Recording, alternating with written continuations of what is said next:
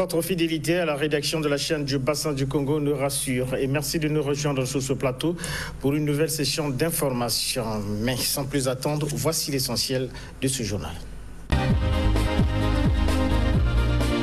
Le prix du ciment a galopé sur demande du ministre d'État, ministre du Commerce, qui a autorisé aux gestionnaires des industries de la cimenterie de procéder à l'augmentation du prix. Dans ce journal, vous suivrez le constat de Vincent de Paul Koubemba. À Pointe-Noire, Mboukou-Boali 1, quartier situé à Mengo dans la sous-préfecture de Luango au Kwilu, présente un mauvais visage à cause des érosions orchestrées par les pluies diluviennes. Enfin, les agents et bénévoles de la communication accordent au gouvernement un délai de 2 semaines pour apporter des solutions à leurs revendications.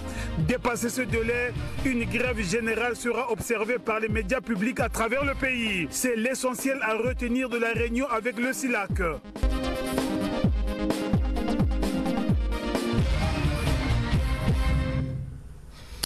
Vous venez de le suivre en titre hier, vendu à 3500 francs CFA. Eh bien, le prix du sac de ciment de type 32.5 R de 50 kg est actuellement commercialisé à 4660 francs CFA selon le constat fait par nos reporters Vincent de Paul Koubemba et Bien-Aimé Condé qui sont descendus sur le terrain pour vous proposer ce reportage.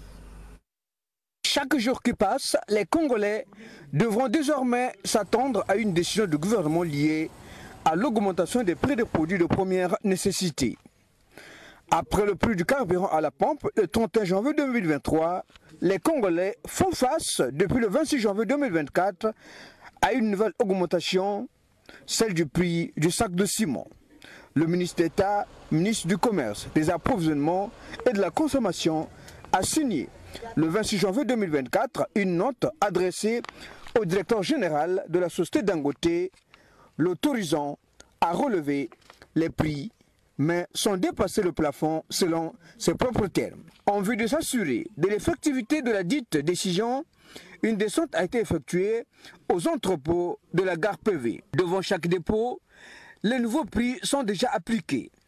Le sac de ciment de type 32.5 R de Dangote et Fosfac, vendu hier à 3500 francs CFA, est passé à 4650 francs CFA à Brazzaville et la tonne proposée à 70 000 francs CFA est présentement vendue à 84 956 francs CFA. Le ciment du type 42.5 R et N, le sac de 50 kg, coûte actuellement 4 900 francs CFA et la tonne à 89 956 francs CFA. On ne vend plus bien, le prix a augmenté à 4 500, soit un surplus de 15 000. Pour que les gens achètent, ça devient difficile. Le hic ici est que les populations s'interrogent, c'est quoi le plafond que l'on ne doit pas dépasser? Quelles en sont les raisons ayant motivé cette augmentation des prix? Le Congo compte 3 sociétés évoluant dans le secteur de l'industrie de la cimenterie, Dangote, Sonoc et Fosfac. Pourquoi une différence de prix dans ces sociétés pour le même produit? 4 650 francs CFA pour le type de ciment 32.5 R de Dangote et Fosfac et 4 490 francs CFA pour la Sonoc. À la direction générale des sociétés Dangote et Sonoc où nous nous sommes rendus, silence de mort. Personne n'a daigné répondre à ces préoccupations. Il en est de même pour le ministre de tutelle que l'une de nos équipes a tenté d'aborder à la journée d'échange sur la ZLECAF et la Goa tenue à Radisson Blu le jeudi dernier. Ce dernier nous a renvoyé auprès d'un collaborateur que nous n'avons pas pu joindre. Devant ce silence, il y a lieu de se questionner. Pourquoi l'État n'arrive-t-il pas à homologuer les prix dans ce secteur? Si dans le secteur des transports, les populations sont abandonnées à leur triste sort avec le phénomène morcellement des trajets qui persiste en cette année 2024, elle doit aussi faire face à cette question d'augmentation du prix du ciment. Le carburant à la pompe augmenté, dont certaines mesures d'accompagnement traînent à être appliquées, les populations sont une fois de plus assujettis à cette mesure de relèvement des prix du ciment. Qu'est-ce qui reste à augmenter avant la fin de l'année 2024? Difficile de le dire, seuls les décideurs nous le diront. Pendant ce temps, les populations et les consommateurs assistent impuissants. Rendons-nous à présent à Boko-Boali, un quartier de la sous-préfecture de Mengo. Vous avez compris, nous sommes là dans le département du Kwilu où des érosions menacent ce quartier. Des érosions liées aux fortes pluies qui se sont abattues dans la capitale. Suivons ce reportage. Au péage de Mengo, dans la sous-préfecture de Luango, département du Kwilu, est situé le quartier Boko-Boali 1. Un quartier en proie aux pluies diluviennes qui ont laissé des crevasses béantes ayant occasionné des érosions tentaculaires. Des érosions qui risquent d'avaler, si l'on prend garde, les pylônes de haute tension, rendant impraticable l'avenue principale et à découvert les pipelines. Un calvaire pluvieux qu'endurent les populations de cette périphérie de Luango. Comme la voie était praticable par le gros véhicule là, c'est maintenant...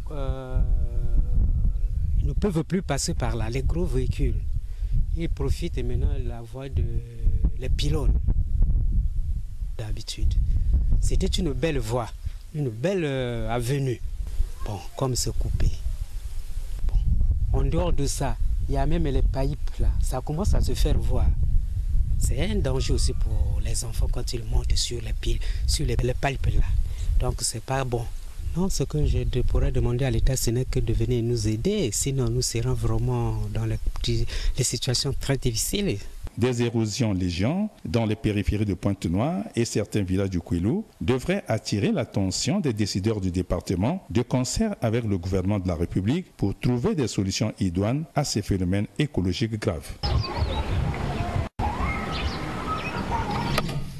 Et puis le syndicat libre des agents de la communication du Congo lance un préavis de grève si ces doléances qui se résument entre autres à l'amélioration des conditions de travail, à l'adoption et à la publication du statut particulier des professionnels des médias ne sont pas prises en compte. Plus de détails dans ce reportage de Léonie Souman. C'est sous la houlette de Lucien Oko, secrétaire général du syndicat libre des agents de la communication au Congo, SILAC en sigle, que ces professionnels des médias ont examiné pour la énième fois leur situation devenue un statu quo. Après avoir suivi le point des démarches entreprises par les membres du bureau du SILAC en vue de trouver des solutions à leurs revendications, ces journalistes et techniciens évoluant dans des organes de presse publics et privés se sont rendus compte du manque de volonté de la part des décideurs. Parmi les revendications inscrites dans leur cahier de charges, soumis au gouvernement voici des années, figurent l'amélioration des conditions de travail, l'adoption et la publication du statut particulier des professionnels des médias, le recrutement des bénévoles et prestataires et le versement régulier de la redevance audiovisuelle. Gros c'est trop, disent ces agents, qui ont rendu publique une déclaration dans laquelle ils accordent un délai de 2 semaines au gouvernement pour résoudre leurs problèmes. Le syndicat demande auprès du gouvernement l'amélioration des conditions de travail dans les organes du secteur de la communication. L'octroi d'un quota conséquent pour le recrutement des bénévoles afin de résoudre l'épineuse question du déficit criant de son personnel. La révision à la hausse et le versement régulier en présence des partenaires sociaux de la redevance audiovisuelle aux organes concernés. L'adoption et la publication du statut particulier des professionnels de la communication et des médias en tant que 4e pouvoir. Au regard de ce qui précède, le SILAC prend à témoin l'opinion nationale que la non prise en compte de ces revendications par le gouvernement pour un délai de 2 semaines à compter du 9 février au 24 février 2024, un mouvement de grève générale sera lancé à travers tout le pays jusqu'à l'aboutissement de ces revendications. Selon ces agents, plus de 5000 bénévoles évoluant dans les médias d'État attendent toujours leur recrutement à la fonction publique depuis plus de 20 ans pour certains. Justement, après ce préavis de grève lancé par le syndicat libre des agents de la communication du Congo, eh bien, le ministre de la Communication, Thierry Lézé-Mongala, a échangé avec ses membres que vous venez de voir là dans ce reportage de Léonie Soumo dans le cadre de la recherche et des solutions à leurs doléances.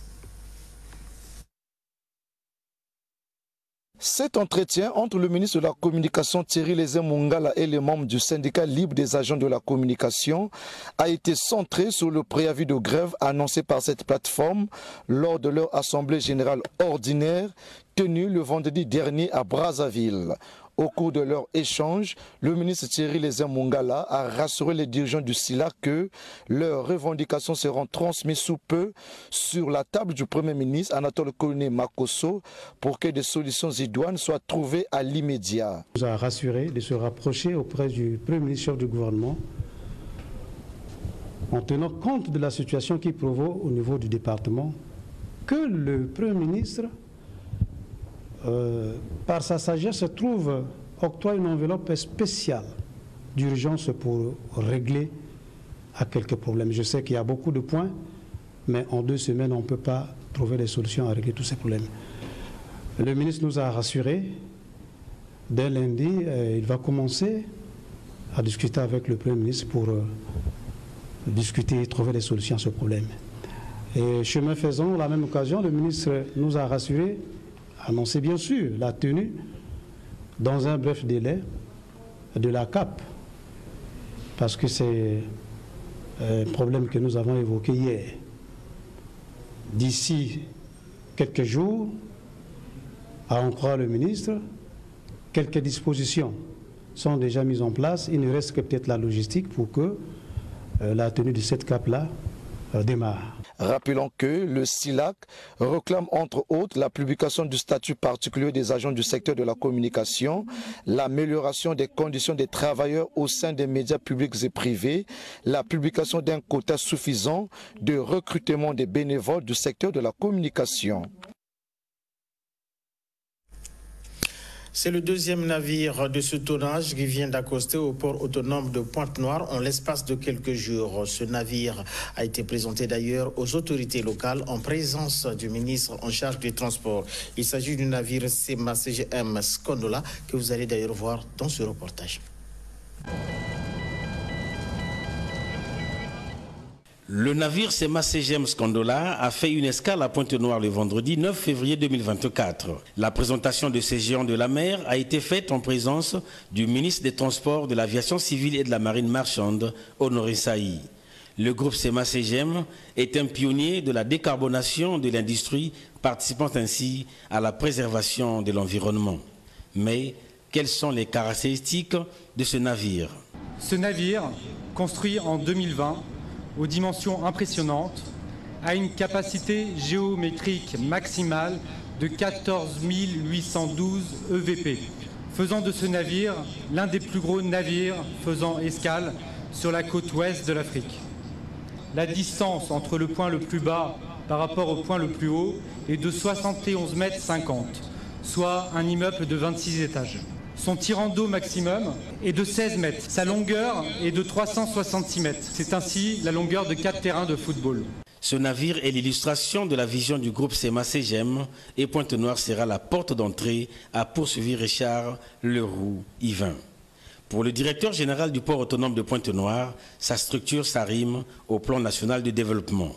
Le port autonome de Pointe-Noire, s'arrimant au plan national de développement, a conçu et est en train de mettre en œuvre un plan stratégique 2022-2026. Un plan stratégique avec 3 ambitions. 1. Faire de notre port, ou plutôt conforter notre port dans sa position de principal port de transbordement dans la sous-région.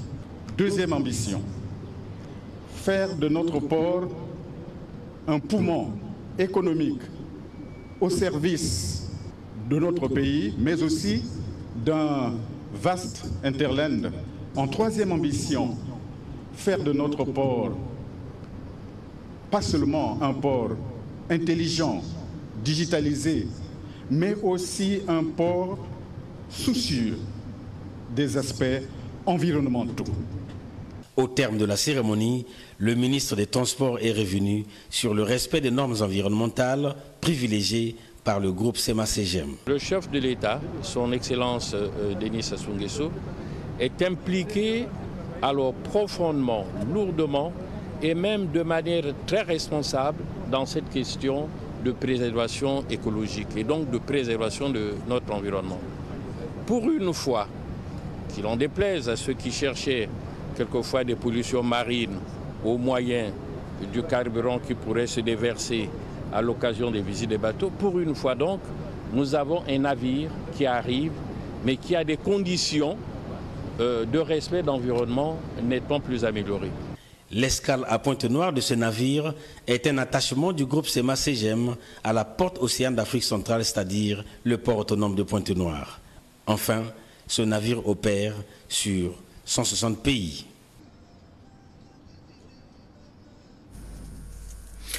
L'ambassadeur de Namibie au Congo, Sipa Pelache, et le président du Sénat, Pierre Ngolo, pour lui annoncer officiellement la disparition du président de son pays, Ag Gengob, décédé le 4 février dernier d'un cancer. Le point dans ce reportage de Charvine Mabiela. Son mandat actuel devait prendre fin en mars 2025 et ce dernier avait annoncé ne pas briguer un troisième mandat comme le prévoit la constitution namibienne. Sauf que 13 mois seulement avant la fin de son mandat, Ag Gengob tombe l'arme à la main le 4 février à l'âge de 82 ans. Il succombe au cancer qui le terrassait.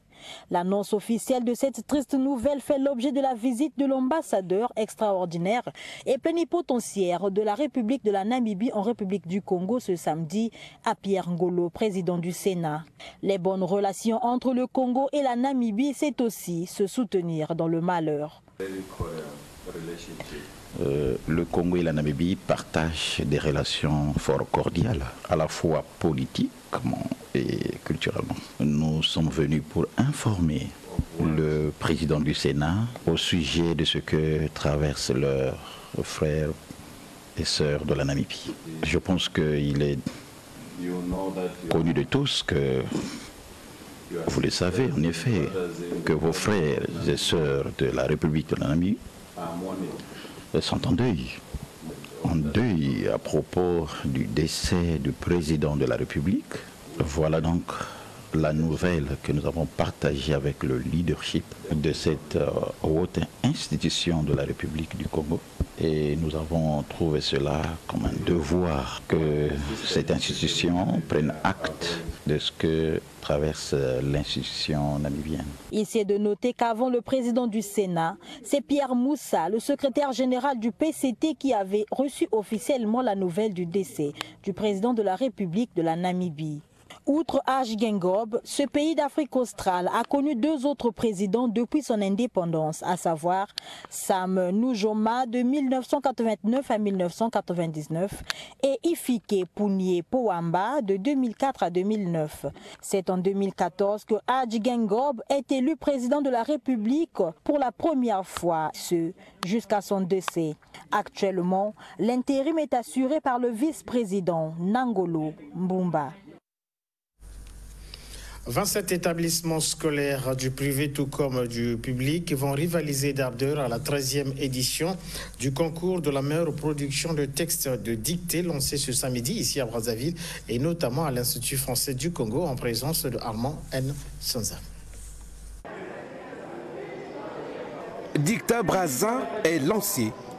Le concours d'orthographe met aux prises cette année 27 établissements scolaires publics et privés de Brazzaville, y compris le lycée d'excellence de Mbunda de Dolisie. Les élèves candidats, autrement appelés les ambassadeurs, vont durant 3 mois consacrer du temps et des efforts pour perfectionner leur orthographe ainsi que leur grammaire. 10 mots de la langue française, à savoir l'adrénaline, prouesse, faux départ, mental, s'accorder, collectif, hors-jeu, champion et aller aux oranges ont été retenus pour permettre aux compétiteurs de donner cours à la créativité afin de mettre en valeur la richesse et la diversité de la langue française. Les textes de dictée produits doivent raconter une histoire, décrire une situation, un personnage ou un lieu, tout en obéissant aux contraintes lexicales, sémantiques, grammaticales, orthographiques et techniques. Les 2 meilleurs textes seront sélectionnés pour la dictée et les résultats seront publiés en mai lors de la cérémonie de remise des prix à l'Institut français du Congo. Le patron du département de l'enseignement général, Jean-Luc Moutou, a invité les ambassadeurs à se donner à cet exercice intellectuel pour l'enrichissement de la langue française. Nous souhaitons assurément encourager les participants à explorer un nouvel univers linguistique tout en célébrant l'importance du mouvement et de la compétition. Que ce soit à travers les noms des disciplines ou des expressions spécifiques au domaine sportif, chaque mot devient une opportunité d'enrichir le vocabulaire et de renforcer l'attachement à la langue française, la langue de Molière. Aux participants, je vous encourage à relever ce défi avec enthousiasme et détermination et que ce concours soit l'occasion pour chacun de vous de repousser vos limites et de vous épanouir dans l'art de l'orthographe.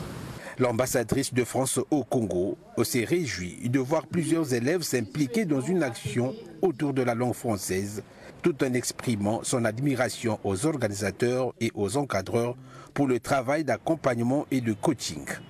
Après quoi, les compétiteurs ont été repartis dans les salles des classes pour se mettre au travail en équipe sous la supervision de leur coach. Chaque école veut défendre ses couleurs pour devenir champion Dicta Brazza 2024. Le lycée français Saint-Exupéry de Brazzaville, selon son proviseur Paul Dorville, est directement impliqué aux Jeux Olympiques Paris 2024, raison pour laquelle l'école veut donner une dimension particulière à ce concours de dictée qui est à sa 13e édition. Et puis pour refermer ce journal, disons que le ministère en charge des sports ont formé une pépinière de footballeurs. Pour ce faire, une académie de football dite Académie de football Alima vient d'être érigée à Oyo dans le département de la Cuvette avec le concours de l'international français Blaise Matuidi. Au moment où le football congolais bat de l'aile et cherche ses lettres de noblesse, le projet Académie Alima, un centre de formation situé à Oyo dans le département de la Cuvette pour la détection et l'accompagnement des talents en vue du développement du football congolais, se présente comme l'une des solutions aux problèmes. Et l'initiateur du projet et fondateur de l'Académie, Blaise Matuidi, en plus champion du monde en 2018, entend s'impliquer pleinement dans ce projet qui les tient à cœur. Un projet qui me tient à cœur. Je me dois d'être présent, je me dois de suivre dans ses débuts, au milieu, à la fin, ce projet, parce que, comme l'a dit tout à l'heure un de mes frères proches, Nanga, c'est un projet qui vient de notre cœur. Ça a été pensé, ça a été réfléchi, et on a envie de redonner. Mon papa me disait toujours, Blaise, tu as eu la chance, toi, d'avoir eu de l'accompagnement, tu as eu la chance d'avoir des infrastructures, tu as eu la chance d'avoir tout ce qu'il te fallait pour réussir. Un jour, il va falloir que à ton tour, tu redonnes. Voilà, le temps, il est venu pour moi de donner à cette nouvelle génération qui arrive, de leur apporter tous les moyens pour qu'ils puissent réussir, parce que je suis persuadé qu'il y a du talent. L'ouverture de ce centre de formation est annoncée pour cette année avec dans un premier temps 40 jeunes talents âgés de 12 à 14 ans. Ce projet bénéficiera du soutien du ministère de tutelle et le ministre Hugues Ngolondele est bien confiant quant à son aboutissement et à sa réussite. Et moi j'y crois. Et je sens que M. Matuidi arrive au Congo pour bien faire. C'est une initiative publique-privée. C'est un partenariat public-privé. M. Matuidi emmènera sa part d'investissement et le Congo aussi. Donc l'État congolais participera à ce projet en amenant bien sûr des moyens. Et ça se fait à Oyo parce que nous avons déjà là-bas une infrastructure. Le gymnase d'Oyo qui est composé d'un stade de football, je crois qu'on en rajoutera un autre. Il y a tout ce qu'il faut, il y a de la place pour faire un internat pour les enfants et on gagne du temps. Si on a réussi à faire des centres ailleurs en Afrique, et pourquoi pas au Congo. Outre l'aspect footballistique, le centre va offrir aux jeunes talents une formation scolaire, question de mieux les outiller pour un meilleur avenir. Mais Blaise Matuidi est bien conscient que cela peut prendre un peu de temps pour arriver au résultat attendu. On aille chercher les meilleurs et derrière il faut qu'il y ait ce suivi-là. On va en faire en sorte qu'il y ait ce suivi-là. Alors ça sera difficile de l'avoir dans 1 an, 2 ans, 3 ans. C'est tout un process. Les grandes académies ne sont pas faites du jour au lendemain. Il y a eu un process. Et là, on est au début de ce process-là. En tout cas, on va se donner tous les moyens justement pour que demain, vous soyez fiers d'avoir des champions qui représentent le pays au Congo. En attendant, la détection qui a commencé dans les 2 grandes villes, Brazzaville et Pointe-Noire, se poursuivra à Gamboma et Evo dès le 24 février, avant de s'étendre dans le reste du pays. Voilà, c'est par la mise en place de cette académie de football à Lima, à Oyo, dans le département de la Cuvette, que nous refermons ce journal. Merci d'avoir été avec nous. Mais l'information continue sur la chaîne du Bassin du Congo. Juste après le journal, vous suivrez en partie magazine la randonnée 4x4 familiale, partie de Brazzaville pour le site de la Loufoula-Carré, dans le département du Pôle. Vous suivrez également la journée d'échange sur la zone de libre continentale, zone africaine la zone de libre-échange continental au niveau de l'Afrique. Merci d'avoir été avec nous. On se retrouve à une prochaine occasion. Ce dimanche 20h30, vous suivrez la rétrospective de la semaine.